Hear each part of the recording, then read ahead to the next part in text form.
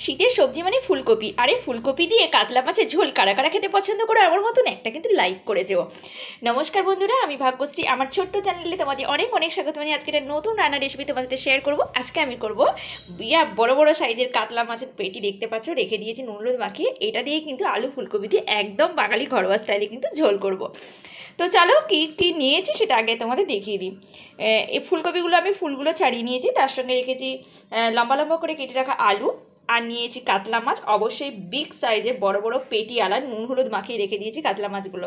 রয়েছে আদা বাটা, কাঁচা লঙ্কা, টমেটো কুচি, রয়েছে জিরে, কাশ্মীরি লাল লঙ্কার গুঁড়ো, ঝাল লঙ্কার গুঁড়ো আর হলুদে একটা পেস্ট বানিয়ে নিয়েছি, আর রয়েছে কালো জিরে, রয়েছে শাহি গরম মশলা। দেখে নিয়েছো কী কী লাগছে। আর সর্ষের তেল, আর লাগবে লবণ। এটা তো লাগবে, এটা ছাড়া তো রান্না হবেই না। আর লাগবে একটা কড়াই, খুন্তি, গ্যাস। চলো লেটস স্টার্ট। প্রথমে আমি কড়াইটা অলরেডি গরম করতে বসিয়ে দিয়েছি। কড়াইটা আমার গরম হয়ে গেছে। এরপর দিয়ে দেবো পরিমাণ মতো সর্ষের তেল। সর্ষের তেলটা আমার গরম হয়ে গেছে।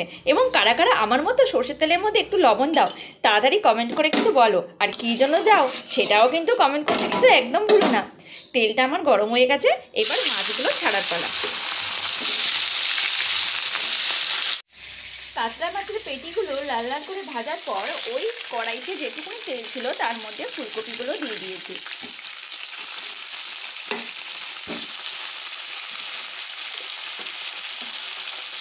লবণ,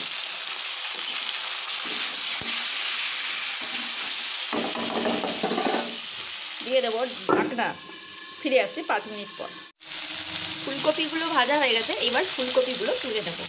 কড়াইতে আরেকটু তেল দিয়ে দিয়েছি। এরপর দিয়ে দেবো কালো জিরে, তারপর দিয়ে দেবো আলু,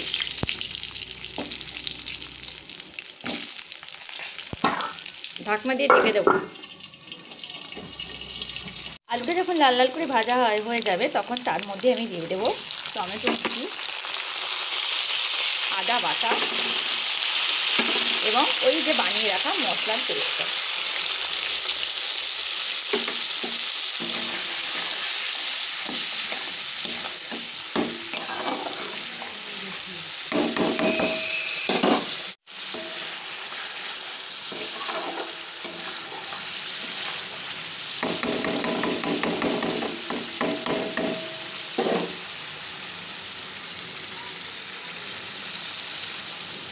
মশলাটা আমার একদম কষানো হয়ে গেছে এবং মশলা থেকে তেল ছাড়ছে।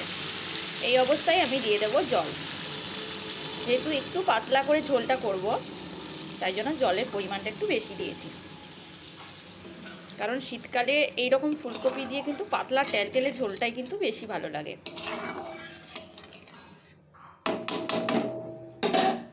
ঝোলটা যখন এমন টকবক টকবক করে ফুটবে তখন তার মধ্যে এই মাছ আর ভেজে রাখা ফুলকপিগুলো আমি দিয়ে দেবো।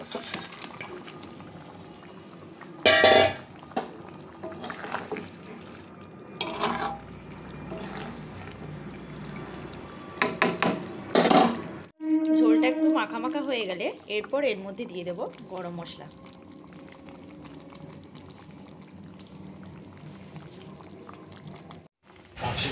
রেডি হয়ে গেছে আমাদের শীতের সবজি দিয়ে সেরা স্বাদের কাতলা মাছের ঝোল। কেমন লাগলো রেসিপিটি অবশ্যই কিন্তু জানিও। ভালো লাগে ভিডিওটিতে লাইক করো, শেয়ার করো, একটু কমেন্ট করো।